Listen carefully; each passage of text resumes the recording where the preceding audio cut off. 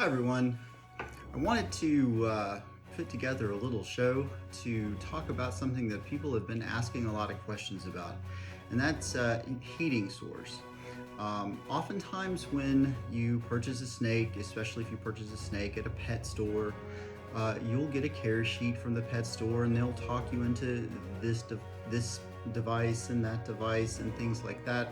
And often pet stores, box pet stores, unless it's a specialty reptile store that knows a lot about snakes in particular, box pet stores tend to not be snake specialists, and they will often steer you in a wrong direction when it comes to heating sources for a snake in particular. Oftentimes at the pet store, you'll get talked into buying a heat lamp because since many reptiles have to bask, obviously snakes must have to too, right?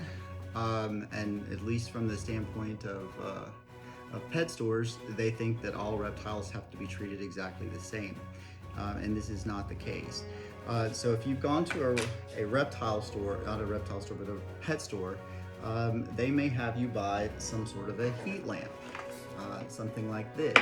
And it may have, this actually has an infrared bulb in it, but it could have just a regular heat bulb in it. And they tell you to put this on the top of the cage and, a tank with a screen top, they put it up there.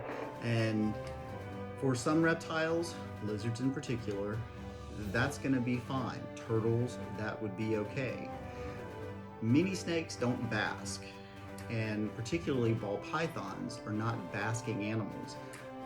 They will spend the day in the wild. They would spend the day under a stump or in a termite mound, hiding in the dark. This is not the type of heat source that you need for a ball python. If you want to add additional heat, you could get something that is the same kind of a lamp, but get what is referred to as a ceramic heat emitter, something that doesn't put out light but puts out only heat. This would do to help heat the air inside your enclosure. You're still going to need some sort of belly heat. Now, please don't get a hot rock. The only way to use a hot rock when it comes to snakes is to throw it in the garbage. No hot rocks. So that would be the rock that you put in there that has a plug and the rock heats up. Unless you want to cook your snake, don't get one of those. What you want is some sort of belly heat, some sort of heat up underneath the tank. And you're going to want that heat in only part of your tank, probably a third of the bottom of your tank is appropriate for belly heat. And I would put the ceramic heat emitter, if you have a tank and you want to put the heat emitter over the top, I would put that in the same area. That way you have one area of your tank that is the warm area, one area of your tank that is the colder area. You want to check the specifics for each type of reptile, each type of snake that you're going to use. If depending on the type of snake that you have. But if you have ball pythons, you're going to want the warm side to be in the mid to upper 80s. Don't go if it's too far into the 90s, then that could be too bad. So you don't want to get into the 90s. Into the mid 80s, mid to upper 80s is fine for ambient temperature and belly heat. And the cooler area needs to be somewhere between 75, 76, 78. 78 is a good temperature for your cooler side, and there needs to be enough room in between so that you get a nice gradient, so that you've got your warm side, your cooler side, and then what's in between so that your snake can thermoregulate. If the whole tank is too warm, then the snake will overheat. It won't have a way to cool down. And if the tank is too cool, then it will be difficult for your snake to be able to digest its food. So you'll want to have something that you've got a warmer end and a cooler end. The warmer end should be 85 to 88. The cooler end should be about 75, 76 to 77, 79 at the most, and then you've got this gradient in between.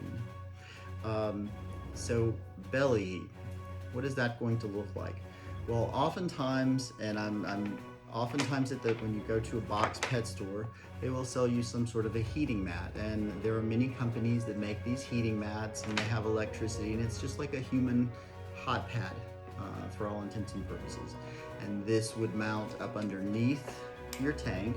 If you have an enclosure, now obviously this would not be good for that, but if you have some sort of a fish tank type of enclosure, then the belly heat would go up underneath. Now this obviously would be way too big for this tank. You're gonna wanna put it something like that so that you're only covering, about 1/3. But it would go up underneath this, okay? So you wanna put that up underneath. That's not bad, but probably the best thing for you to do for snakes in particular is to use heat tape. Heat tape is simply a tape that has electricity running through it, and you can see this has wires. Heat tape can be ordered from a wide variety of sources. We here at S&H like to order ours from Reptile Basics. In fact, we order it in bulk from a company called Reptile Basics. You can look them up and get their website. Heat tape, they will actually wire it for you if you want them to, or if you ordered in bulk and you know how to solder, you can actually solder this onto the heat tape yourself. But this heat tape will will warm things a whole lot more efficiently than this. This is okay. This is better than not having any belly heat, but heat tape is much more efficient. The heat tape itself would also be mounted up underneath your enclosure. Again, only covering about 1/2 to 1/3, so that you have a good gradient inside. And then that would supply heat to the underside. Don't put this inside, just like you don't want to put this inside. You want to have that heat source, the belly heat source, coming from outside your enclosure. And again, the belly heat source that's the source that you really should use, specifically with ball pythons. If you have a larger aquarium, something with a lot of air space on the inside, then I would suggest using some sort of a CHE on top as well, so that you can create a warmer air pocket inside that part of your enclosure. And like I said, heat tape comes in a wide variety of sizes. We actually use this for the enclosure where we have our Burmese and our boas and carpet pythons.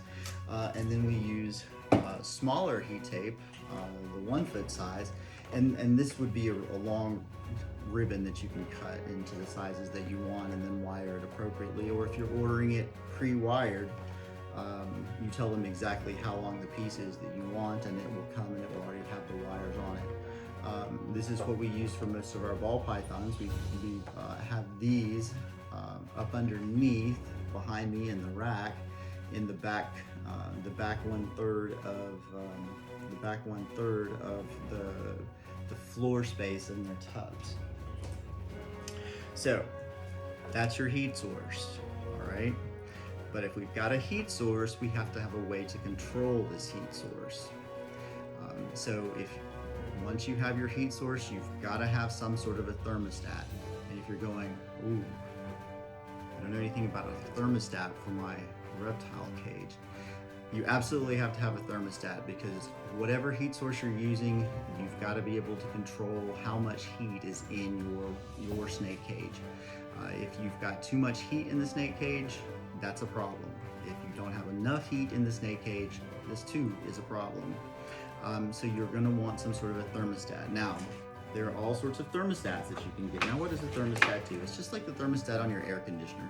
You set it to the temperature that you want, and it will send power to your heat source when it gets too cool in your enclosure, and it will turn on the electricity, which then heats up the heat source, heating up the air inside the floor space and the air inside your enclosure.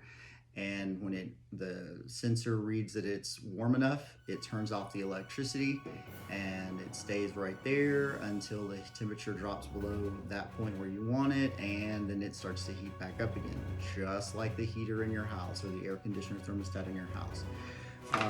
So what that means that you have to do is use a thermostat in order to do that. So you have to plug your heat source, gets plugged into the thermostat, and then the thermostat gets plugged into the wall, and then you set your temperature on the thermostat, and then that will control when your electricity is on and off for your heat source. This is typically the type of thermostat, if you get one at a box pet store, if they have one at all, this is probably the type that it would be. Now, there are lots of different brands that make this.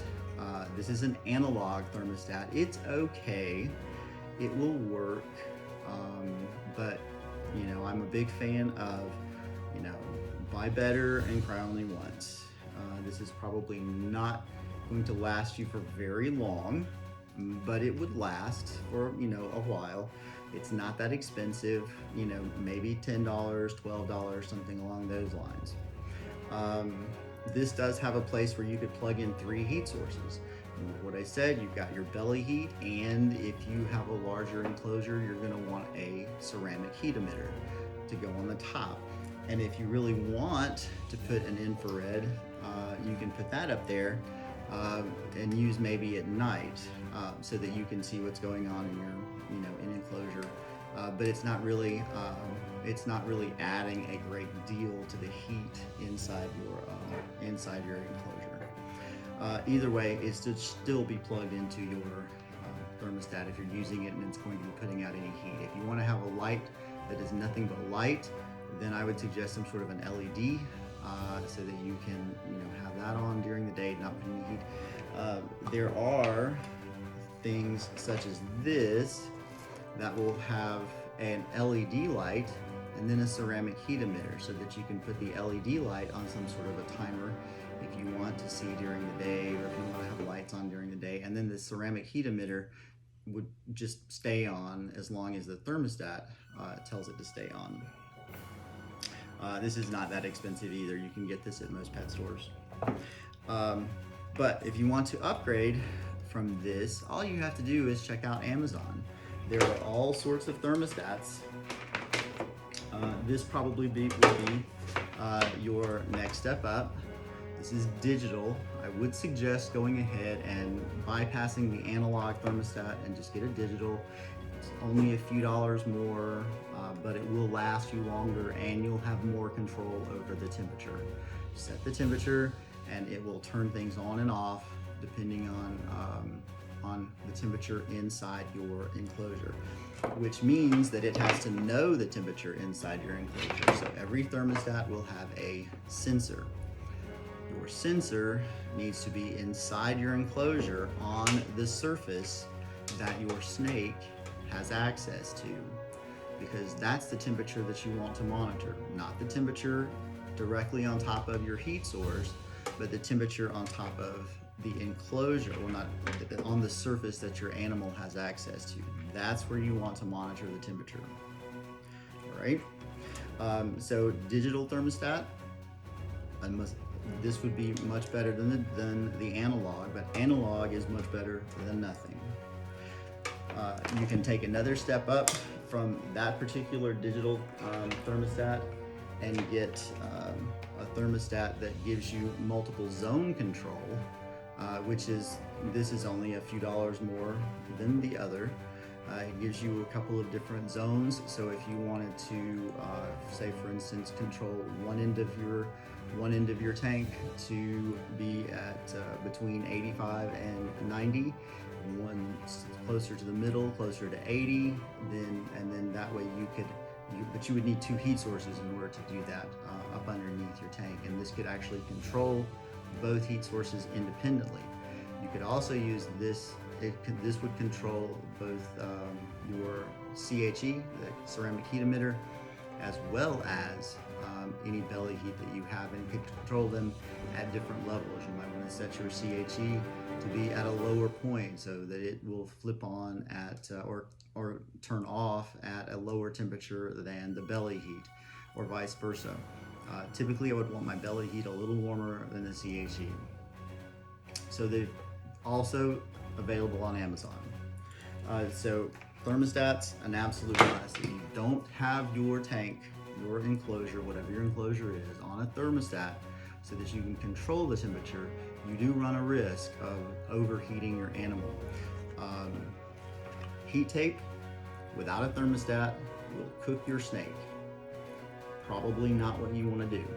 So a thermostat is an absolute must. You also want to have something that will independently be able to be used to monitor your temperature. Now again, back to the box pet stores, they will probably try to sell you that little spring dial that tells you temperature, and also a spring dial hygrometer that tells you the humidity. Those are, I'm not even gonna say those are okay. I would not use them. Spend a few dollars, maybe 10 bucks, again, on Amazon, or you can find them most anywhere, and you can get a thermostat. Now, this particular, not thermostat, but thermometer, this particular thermometer is something that you can get that you might monitor the actual weather, inside, temperature inside your house and outside your house, because it has 2 sensors, one for temperature, one for humidity, and it will tell you the temperature and the humidity wherever you put these 2 sensors. So the 2 sensors go inside your enclosure. That way you can tell what your temperature and humidity are, what those 2 measurements are at any given time. This gives you an independent reading of your temperature so that you can, confirm what your thermostat is set on, and also it gives you a reading for your humidity. Humidity in your ball python particularly, your humidity needs to be somewhere in the neighborhood of about 75%.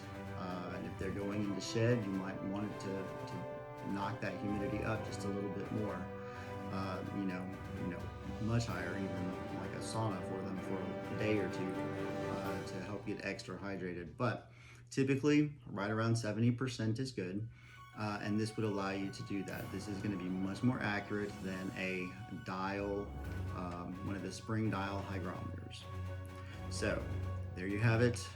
Just a few thoughts on heat source and monitoring your heat source. So always have some sort of a heat source. Belly heat source comes first, especially with ball pythons.